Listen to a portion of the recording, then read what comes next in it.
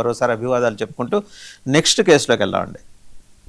చివరిసారి చూశారు కాబట్టి చూసినోడు నేరస్తుడు. ఇది ఎప్పటి నుంచి అడుగుతున్నాను మిమ్మల్ని, నేను కూడా వ్యక్తిగతంగా అడుగుతున్నా. యాక్సిడెంట్ కేసు అవుతుంది, దారిని పోయే దానయ్య పాపం అతను కూడా ఇప్పుడే అనుకున్న హ్యూమన్ యాంగిల్లో అరే పాపం యాక్సిడెంట్ అయింది, అతను ఎట్లా బతికించాలని పోలీసులకు ఫోన్ చేస్తాడు, బుక్ అయిపోతాడు. ఇది అతన్నే నేరస్తుడిగా పరిగణించే ఒక తీవ్రమైన ధోరణి వెనకటికి ఉండేది, ఇప్పుడు లేదని అనుకుంటున్నా. అంటే లేకపోతే కొంత సరళీకరింపబడిందేమో తెలీదు. ఇప్పటికైతే ఈ మధ్యకాలం ఇలాంటి వెంటల ఇదివరకు ఎవరైనా సాక్ష్యం చెప్పాలంటే భయపడే పరిస్థితి. ఇప్పుడు ఆ దారిని పోయే దానేలకి రిలీఫ్ ఉందా లేదా? ఖచ్చితంగా ఉంది. పుణ్యానికి పోతే పాపం ఎదురుకాకూడదు కదా. అది గతంలో కన్నా ఇప్పుడు మార్పులు వచ్చాయి. ఇప్పుడు సుప్రీంకోర్టు ఏం వ్యాఖ్యానించిందంటే, కోర్టుకి సాక్ష్యం చెప్పడానికి వస్తున్న వ్యక్తులు వారు కోర్టు అతిథులు, వారిని గౌరవించాలి, వారిని సగౌరవంగా వారిని గతంలో నుంచోబెట్టి సాక్ష్యం తీసుకునే వాళ్ళు ఈ రోజు కుర్చీలో కూర్చోబెట్టి సాక్ష్యం తీసుకునే పరిస్థితి. కాబట్టి అది చాలా వరకు మారింది. సాక్ష్యం చెప్పడానికి కూడా చాలా మంది ముందుకు వస్తున్న పరిస్థితి. ఇప్పుడు ఈ కేసుని మనం చూస్తే కనుక ఇది మనుసేన్ versus Chhattisgarh, state of Chhattisgarh. ఇది justice JB Pardiwala, justice Vinod Chandran July 29వ తారీఖున ఇచ్చిన తీర్పు.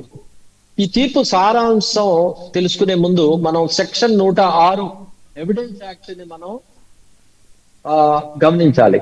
ఈ ఎవిడెన్స్ యాక్ట్ ప్రకారం ఒక హతుడు ఉన్నాడు అనుకోండి, ఆ హతుడు చిట్ట చివరిసారిగా ఎవరైనా ఒక వ్యక్తితో కనపడి ఆ వ్యక్తితో కనపడ్డాడు అనుకోండి, కనపడ్డ తర్వాత అతను హతమయ్యాడు అనుకోండి, ఈ చూసిన వ్యక్తి నేను ఫలానా వ్యక్తితో ఇతన్ని చిట్ట చివరిసారి చూశాను అనే మాట కనుక చెప్తే, అటు చిట్ట చివరిసారి ఏ వ్యక్తితో అయితే హతుడు కనబడ్డాడో ఆ చిట్ట చివరిసారి కనబడ్డ వ్యక్తిని నిందితుడిగా చేర్చే అవకాశము సెక్షన్ 106 ఎవిడెన్స్ యాక్ట్ ప్రకారము ఉంది.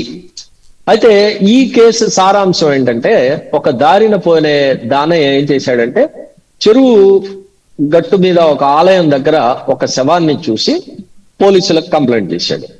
ఈ కంప్లైంట్ చేస్తూ ఆయన ఏం చెప్పాడంటే, నేను ఈ వ్యక్తిని, ఈ మృతుడిని చిట్ట చివరిసారిగా మనుసేన్ అనే వ్యక్తితో నేను చూశాను, కాబట్టి ఇతనే చంపి ఉండవచ్చు అనేది ఒక పోలీసులకు ఉప్పు అందిస్తే, పోలీసులు ఏం చేశారంటే కేసు నమోదు చేశారు.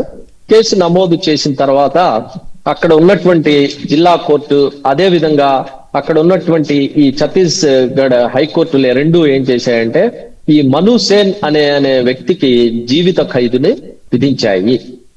అంటే లాస్ట్ చిట్ట చివరిసారిగా హతుడు మనుసేన్ తో కనపడ్డాడు కాబట్టి మనుసేనే ఈ హత్య చేశాడు అనే ఈ సర్కమ్స్టెన్షియల్ విట్నెసెస్, ఈ అనుమానాస్పద సాక్ష్యాధారాల రీత్యా అతనికి శిక్ష వేశారు.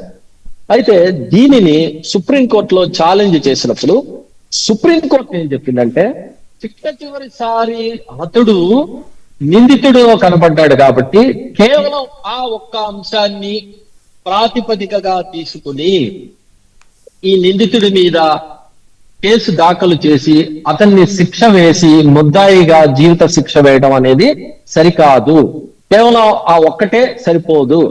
దానికి పాటుగా దానికి ముందు జరిగిన సంఘటనలు, ఆ సంఘటనలకు సంబంధించి సాక్ష్యాధారాలు కూడా అత్యంత ముఖ్యమైనవి. కేవలం అతనితో పాటు కనపడ్డంత మాత్రాన ఆ హతుడిని ఈ నిందితుడే హత్య చేసినట్టు కాదు, దీనికి సపోర్టింగ్ గా వేరే సాక్ష్యాధారాలు ఉండాలి అని ఒక స్పష్టత ఇవ్వడం ద్వారా ఈ కేసుని కొట్టివేసి ఆ నిందితుడైనటువంటి మనుసేన్ ని సుప్రీంకోర్టు జీవిత ఖైదు నుంచి విముక్తి కలిగించింది. కాబట్టి ఈ కేసు యొక్క సారాంశం ఏంటంటే, కేవలం హతుడు నిందితుడితో చిట్ట చివరిసారిగా కలపడ్డాడు కాబట్టి ఆ ఒక్క అంశం మీద ఆధారపడి ఈ నిందితుడికి శిక్ష వేయటం అనేది సబబు కాదు, ఇతర సాక్ష్యాలు ఆధారాలు కూడా ఉండాలి అని ఒక స్పష్టత ఇచ్చింది. It's valid judgement. అంటే ఇక్కడ కొన్ని సందర్భాలని మీ దగ్గర ప్రస్తావన చేయాలి బషీర్ అహ్మద్ గారు. జనరల్గా to hush up the case, to close the case, జనరల్గా ఇది అందరూ అన్ని చోట్ల చేస్తారని కాదు, కానీ ఏంటంటే ఈ పెట్టుడు సాక్షుల్ని తీసుకొచ్చి పోలీసులు దాన్ని తొందరగా కేసు క్లోజ్ చేయించే కార్యక్రమం కూడా చేస్తుంటారు. ఏదో ఒకటి మన చేతుల నుంచి వదిలించుకుందామని ప్రాసిక్యూషన్ కూడా అదే చెబుతుంది అనే ఒక అభిప్రాయం ఉంది. నిజం అవ్వచ్చు, అవ్వకపోవచ్చు. నేను దీన్ని పూర్తిగా సమర్థించడం లేదు, అలాగని దీన్ని తిరస్కరించడం లేదు. ఇలాంటి సందర్భాలు లోగడ ఉన్నాయి, ప్రస్తుతం కూడా కొన్ని జరుగుతూ ఉన్నాయి. కాబట్టి సో ఈ క్రమంలో అబ్జర్వేషన్స్ కోర్టులు చాలా సునిశ్చితంగా చేయాలి కదా. న్యాయ వ్యవస్థ ఎవరో ఒకళ్ళు చెప్పారు, ఎక్స్ చెప్పాడు కాబట్టి వైజెడ్ని అక్యూజ్డ్ చేసి వాళ్ళనే కల్ప్రిట్స్గా చెప్తూ జిల్లా కోర్టు చెప్పడం ఏంటి, దాన్ని హైకోర్టు సమర్థించడం ఏంటి? సుప్రీంకోర్టు నిజంగా చాలా జుడిషియస్గా ఆలోచించింది ఇక్కడ. సుప్రీంకోర్టు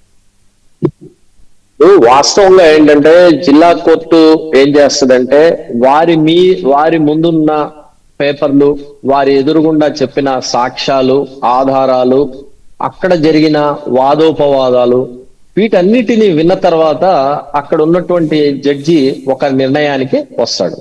ఈ జిల్లా కోర్టులో ఇచ్చిన ఈ తీర్పు అనేది హైకోర్టు ఏం చేస్తుందంటే ఆ సదరు తీర్పు, ఆ సదరు శిక్షాస్మృతికి, పినల్ కోడ్ కి, ఆ సెక్షన్స్ కి అనుగుణంగా ఉందా లేదా, ఏమన్నా పాయింట్లు ఏమన్నా మిస్ అయ్యారా అనేది సునిశ్చితంగా గమనిస్తుంది.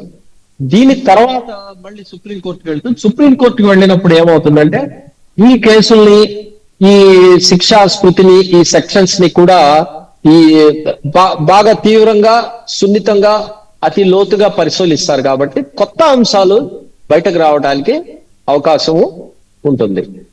ఈ మన భారతదేశ మనకు సంబంధించిన న్యాయ వ్యవస్థకు ఉన్నటువంటి ఒక బ్యూటీ ఏంటంటే జాప్యం జరుగుతుంది అనే మాటను పక్కన పెట్టేటట్టయితే 100 మంది దోషులు తప్పించకపోయినా పర్వాలేదు, ఒక నిర్దోషికి శిక్ష పడకూడదు అని మన న్యాయ వ్యవస్థ ప్రగాఢంగా విశ్వసిస్తుంది. కాబట్టి ఇందులో నిర్దోషులకు చాలా వరకు న్యాయం జరిగే అవకాశము ఉంది. I do agree sir.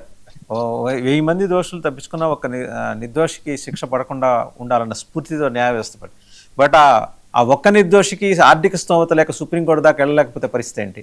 ఈ క్వశ్చన్ ఎప్పుడు మీకు రాలేదా? ఈ సందేహం మీకు ఎప్పుడు రాలేదా ఒక న్యాయవాది? దీనికి మనం గతంలో చర్చించాము. పిఎన్ భగవతి గారు ఇచ్చిన ఒక జడ్జిమెంట్ ఉంది. ఆ జడ్జిమెంట్ సారాంశం ఏంటంటే లోక్ అదాలత్ వచ్చింది, అలానే సత్వర న్యాయం 21 ఆర్టికల్ 21 ప్రకారం పొందే హక్కు ప్రతి నిందితుడికి ఉంటుంది. ఈ అవగాహన ఏది ఉండదండి. ఈ అవగాహన ఏమీ లేనివాడు ఒక నిందితుడు ఉన్నాడు అనుకోండి, అదే చేర్చబడ్డాడు, ఉన్నాడని నేను చేర్చబడ్డాడు అనుకోండి, ఆ కేసులో ఇరికించబడ్డాడు అనుకోండి, వాడి పరిస్థితి ఏంటి?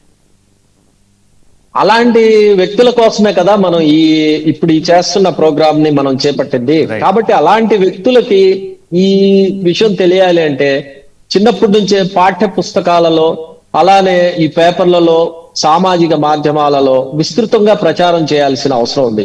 చాలా కేసులు పోలీస్ స్టేషన్ల దాకా రావు, పోలీస్ స్టేషన్ల నుంచి కోర్టుల దాకా రావు. చాలా మంది చాలా హక్కుల్ని కోల్పోతూ ఉంటారు. వారు ఆ హక్కు కోల్పోయామన్న కనీస విషయం కూడా వారికి తెలియదు, ఉండదు వారికి. మనకు ఒక కాలర్ ఉన్నారు సార్, భారతి గారు లైన్ లో ఉన్నారు. నమస్కారం అండి. నమస్కారం సార్. సార్ ప్రకాశం జిల్లా నుంచి అండి. ప్రకాశం జిల్లా దర్శి నుంచి మాట్లాడుతున్నానండి.